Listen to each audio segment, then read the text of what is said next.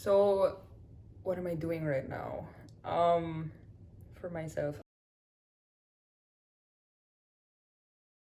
So, self. Ano nga ba masasabi ko sa self ko? I'm pretty and fabulous. Charot. I think that like this season of my life, things have been moving so fast because I think quarantine caused a lot of introspection, no? And I feel like I aged so much in quarantine, but also not really because when I came out of quarantine and I spoke to all my friends, I had this really deep existential realization that they don't really know me anymore, which was really scary. Like obviously they know me, but also parang I changed so much in isolation na biglang, and it felt like I had to get to know everybody again. So I think recently I've been really trying to focus on talagang more authentic self-love. Parang ang hirap, to be honest, ang hirap pag-usapan ng future. Kapag, lalo na kapag nakikita mo yung reality. Like, once you face that reality, like, the future becomes so dark and gloomy. I think very dynamic yung gusto ko in life. For example, today, ito yung gusto kong ma-achieve, pero tomorrow, baka magbago siya. Kasi nabubuo or nasa-shape ng experiences ko sa araw na yun, yung gusto kong marating. My ultimate plan for myself is to make my loved ones proud. Those who appreciate me for the things that I do. And my ultimate plan for myself is to become a successful artist. Pero ayun, may vision board ba ako? Parang wala. Though, nagte-take notes ako mentally and sa phone. Tinatype ko sa phone.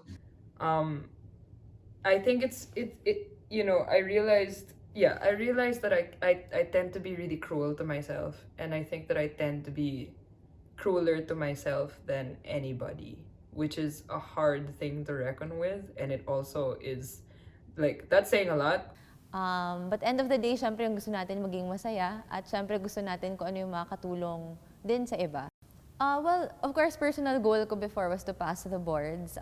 It feels very recent, even though 2 taon na ata yung nakalipas. I turn my dreams into goals by just simply taking things one at a time. And whenever I feel like giving up, I always try to remember why and where I started. And it's because this is what I love doing. Siguro, si Levi kasi ngayon ay isang Levi na very impulsive. Si Levi na laging nagpupuyat.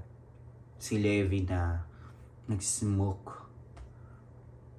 Yun si Levi ngayon. And I guess as simple as changing all of those bad habits, it would really mean a lot to my future self. Yeah, I've been trying to fix my sleeping schedule because for a long time I would sleep at 4 a.m. and then wake up at like 9 latest. Sometimes I'd sleep at 4 and I'd wake up at 6 and then I'd write again. Writing is a big like coping mechanism for me. I think it started out as a coping mechanism when I was really young, and then it ended up becoming passion, and it is still my passion, and it continues to be my passion. I write all the time, music, stories, things like that. But I think now I'm trying to write more for myself, like personal essays, and I'm trying to journal more, things like that.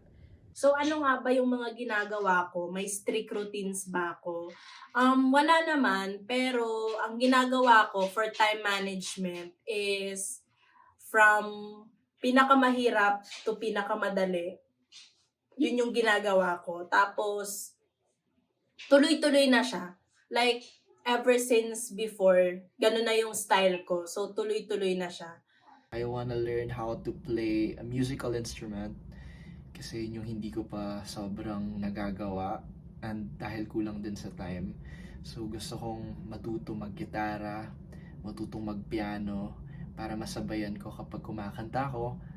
Tapos I love collecting vinyl records, and na-discover ko lang yung hilig ko ngayong pandemic, and it's because of the old school feeling that makes me relax and feel at home.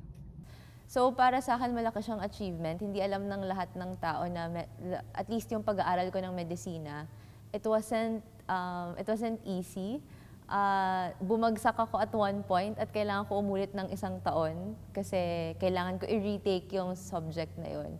So for me, to have overcome that and alam mo yun, naging doktor pa rin ako, isa siyang achievement, hindi lang para sa sarili ko, hindi para sa family ko, na feeling ko talaga for the longest time, I was doing it for them kasi gusto nila ako maging doktor. So I guess yun, those atomic habits that I'm trying to practice.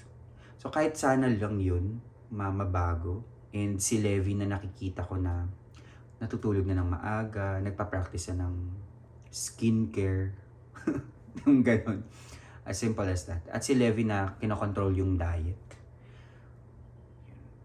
I hope to see a future Levi like that. My past goal for myself that I already achieved is to have a cat. And now, there are 2 cats. And I'm just very happy kasi hindi na ako nag-iisa kapag nafe-feel kong malungkot ako. Tapos, my past goal that I already achieved is to get into show business. I worked really hard. I worked for years to be part of this crazy but exciting world. And I'm just very happy that people saw potential, people trusted me. I think what I'm really just trying to do is like trying to go back to who I used to be, like before life got in the way and expectations got in the way. I'm trying to like heal my inner child and stuff like that, I guess. But it's like, it's hard. It's really hard. But I did realize that everything I do now, I think more than ever, just goes back to healing baby Kakie. I think kasi yung natutunan ko din over the past couple of years, hindi necessarily lahat ng ginagawa mo gusto mo. And hindi lahat ng ginagawa mo para talaga sa sarili mo. Sometimes, you have to give much of yourself to someone else or to the people who need it. I want my future self to hold that I can do and get everything what my heart desires. And I have to keep working on myself to be able to achieve what I want in life. Yun. Magiging copywriter ako sa isang ad agency and sobrang saya kasi isa siya sa mga goal ko. So nung natanggap ako as copywriter, parang may natanggal na check or parang na-check na yung isa sa mga goal ko and sobrang saya. Sobrang saya pala kung feeling na may nakuha kang goal. No? Parang ang saya-saya na yung universe sumasang-ayon sa mga gusto mo. So, ayun.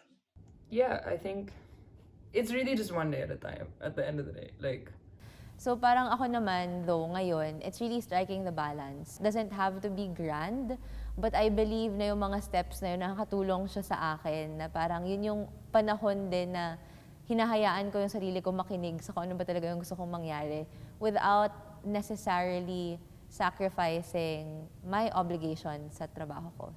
nicer in the hopes that it will turn into being better, you know, because, oh, I read this, I think I should probably say this, I read this like autobiography by a comedian recently, and she said something to her therapist about like everything she does has to be perfect, everything she does has to be really, really good, and everything she does has to be like unimpeachably good, like unimpeachably perfect, like talagang so perfect that like you can't even question it. And then the therapist asked why, and she said to make up for it.